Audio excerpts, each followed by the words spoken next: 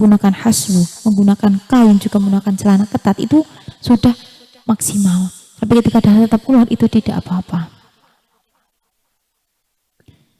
Itu tadi untuk sholatul musafir. Kalau untuk orang suci mah biasa. Mau itu sholat berapa kali juga boleh. Itu hanya untuk catatan istihadah ya yang sedikit berbeda. Untuk selanjutnya, saya lanjutkan di bab sholatul jum'ah. Bismillahirrahmanirrahim. Sholatul jum'ati aihada utawi iki iku nerangake sholat jum'ah.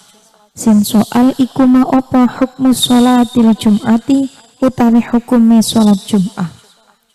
Jin jawab fardu ainin utawi fardu utawi hukume sholat jum'ah iku fardu ain ala kulli muslimin ing atase saben-saben wong muslim.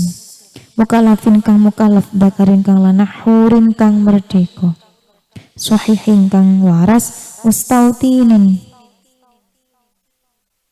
kang omah-omah. Bagaimana hukumnya sholat Jum'ah? Di sini membahas tentang sholat Jum'ah. Sholat Jum'ah itu kalau yang sering kita tahu ya, familiar itu sudah saya kira semua sudah familiar. Sholat Jum'ah itu sering dilakukan oleh orang laki-laki ya. Memang di sini hukumnya sholat Jum'ah itu adalah fardu ain, wajib. Bagi siapa sholat Jum'ah itu wajib? Bagi semua orang Islam yang mukallaf. Yang mukallaf, yang balik, maksudnya yang balik. Kemudian laki-laki yang merdeka serta dia sehat-sehat jasmani dan rohani serta mukim. Ya, lagi. Jadi hukum sholat Jum'ah itu wajib bagi setiap muslim laki-laki yang mukallaf, merdeka dan mukim dan sehat. Jadi tidak diwajibkan untuk orang gila, orang sakit. Maka dari itu kalau kita lihat orang gila ya, ketika orang gila seperti itu dia tidak diwajibkan. Maka ketika ada orang yang sakit gila kambuhan, kadang kan ada yang sakitnya tuh kambuh, nanti sembuh, kambuh sembuh. Nah pas di waktu nanti menjelang sholat Jum'ah itu kambuh, maka nanti dia tidak diwajibkan untuk melaksanakan sholat Jum'ah. Tuh, kan ada orang itu yang sakit tuh setiap waktu siang itu kambuh sampai ntar sore, nanti udah sembuh lagi ketika sore malam, ada kayak gitu. Tapi ketika nanti posisi dia di waktu sholat Jum'ah itu tidak kambuh, sehatlah, normal, itu dia tetap berkewajiban Jum'ah.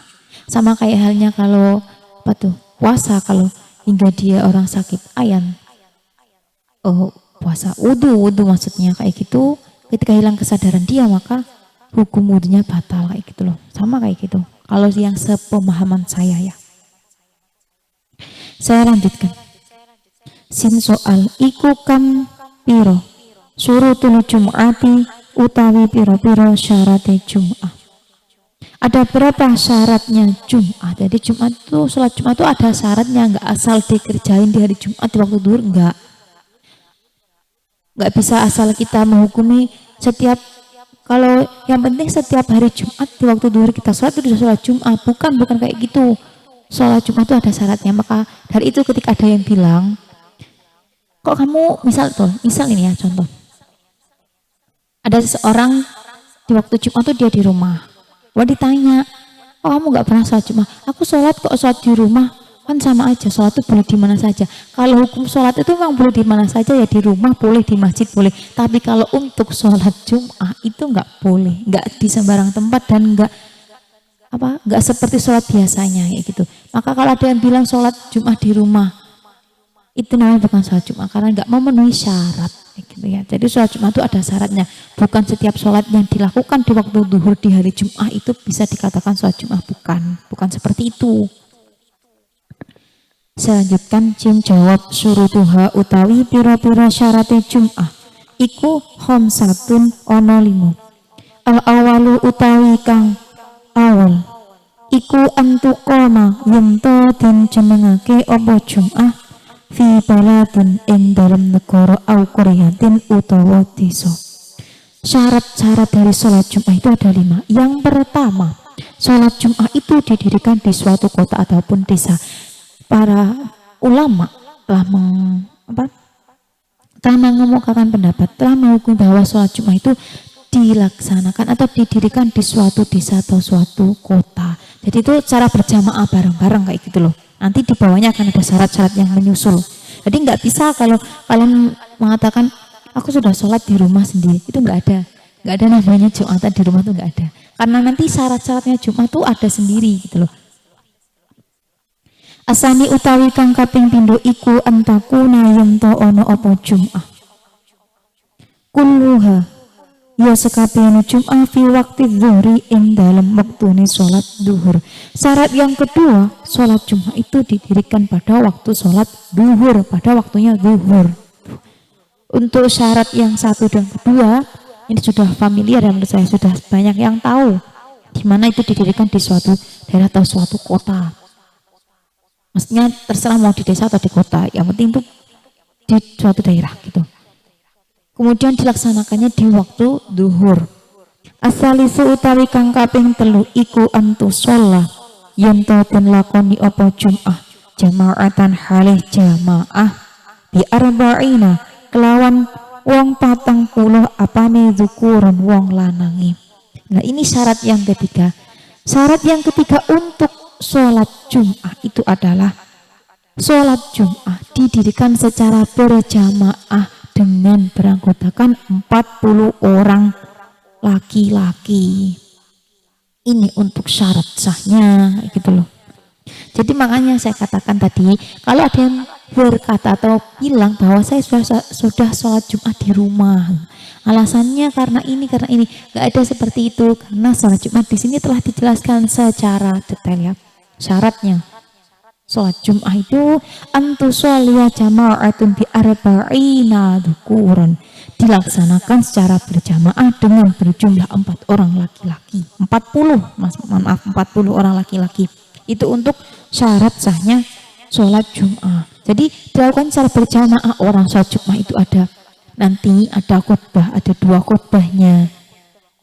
Otomatis kalau berjamaah pasti ada imam dan makmumnya. Lah kalau kamu mau ngerjain sendiri itu konsepnya gimana kayak gitu loh. Jadi kita bertanyakan kembali konsepnya gimana, khotbahnya siapa, kemudian jadi imamnya siapa kalau kamu sholat sendiri. Orang di sini syarat sahnya itu secara berjamaah di arba'ina 40 dengan 40 orang. 40 orang dukuran apa nih dukuran lanangin muslimina piro-piro kang Islam kabeh mukalafina kang mukalaf kabeh ahraron piro-piro kang merdeka mustautinina piro-piro kang manggon omah-omah kabeh. Untuk syarat yang ketiga ini kan dimana disyaratkan ketika suatu desa itu telah melaksanakan sholat Jum'ah, otomatis kan itu sudah berkewajiban, kan sudah diterangkan. Para ulama telah mengatakan bahwa sholat Jum'ah itu didirikan di suatu daerah, baik itu desa ataupun kota.